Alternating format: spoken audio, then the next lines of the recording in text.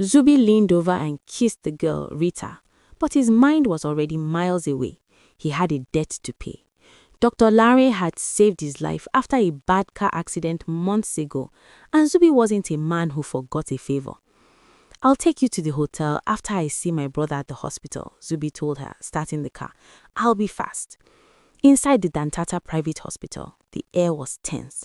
Dr. Zach, a close family friend, stared at the twins in disbelief. "Zayn, do you really need a DNA test?" the doctor asked. "The resemblance is enough to prove they are yours. They look exactly like you." "I have my reasons, Zach. Just do the test," Zayn commanded. A strand of hair was taken from each boy. The results would be ready the next day. Zayn lifted both boys, carrying one on each hip, and walked out of the clinic. Just as he reached the lobby, Zubi arrived. He froze, staring at his brother and the two small versions of him. "Big brother," Zubi whispered. He couldn't find any other words. The boys stared back at him. They noticed this new man looked like them too, but he was more like an uncle version, while the man holding them felt like the real deal. Zubi reached out and took Taiwo from Zayn's arms. He kissed the boy's chin and looked at his brother. "Is this the boy Larry called me about? He said they belonged to a friend." "Who told you I was back in town?" Zayn asked, coldly. "A friend called me," Zubi said, still staring at the boys. "He said you took his friend's kids. I came to get them back. But wait, these boys look exactly like me too. Maybe they are my kids." Zayn gave his brother a chilling look. "Like you? Look at them again." "Brother, you hate women," Zubi argued, feeling an instant attraction to the boys. "But you know me, I'm always out. I'll take them and run my own DNA test. I bet they are mine."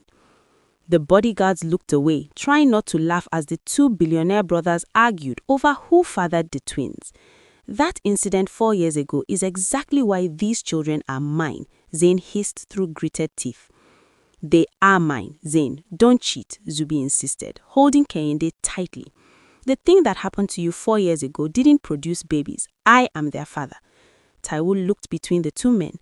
"What happened 4 years ago?" he asked. "My mommy says she was in an incident 4 years ago too. Why is everyone talking about 4 years ago?" "Nothing for you to worry about, son," Zayn replied calmly. His voice softened. He gave Zubi a look so cold it could freeze the Lagos Lagoon. "Uncle Larry?" Zubi asked, trying a different tactic to get the boys. "Yes, take us to him," Kehinde chirped. He almost called Zubi daddy, but caught himself. "Uncle Larry wants you back," Zubi told Zayn. "I'll take them to the restaurant where you found them." "I will drop them off myself," Zayn replied. He took Taiwo and Kehinde back and placed them firmly in his SUV. Zubi stood on the pavement watching them drive off. He realized the truth. These weren't just friends' kids. They were Dantatas. He called Larry immediately. "The boys are with my brother for the night. They are definitely family. You won't be able to get them tonight, but they are safe." Larry sighed. He had no choice but to trust the situation. "I'll drop you at home," he told Rosa. "Don't worry about Tenny. I'll find an excuse to keep her calm so she doesn't suspect her kids have been snatched by her boss." But instead of going to the restaurant or Tenny's house, Zayn looked at the boys and gave a new order to his driver. "Drive to my private villa in Banana Island," he commanded. Rosa reluctantly agreed to go home. Dr. Larry tried to reassure her. "Trust me, nothing will happen to those boys. If Zayn Dantata Ri is their father, they are safer with him than with anyone else in this city. We are powerless against a man like that anyway." As Rosa prepared to step out of the car in front of her house, Larry stopped her. "Wait, you're forgetting something." Rosa checked her seat and her bag. "What did I forget?" Larry pointed to his lips with a mischievous grin. Rosa laughed. "No kisses for you tonight. That's your punishment for being so troublesome." She hopped out and shut the door, waving as Larry drove off. Inside, Rosa found her mother watching a movie. After a quick greeting, Rosa sank into the sofa and let out a long, heavy sigh. "What is it, my daughter?" her mother asked. Rosa explained everything. How Zayn Dankapa had walked away with the twins. Her mother was shocked. But didn't Tenny's ex-husband say he paid a cheap hooker to be with her that night? How can a common hooker turn out to be the billionaire Zayn Dantata? That's what is confusing all of us, ma, Rosa replied. But Larry saw the footage. Those boys are the spitting image of that man. If he is their father, it's good for their future. But I'm scared. What if he tries to take them away from Tenny? She's just his employee. She doesn't have the money to fight him in court. Meanwhile, Zayn's SUV pulled into his massive villa in Banana Island.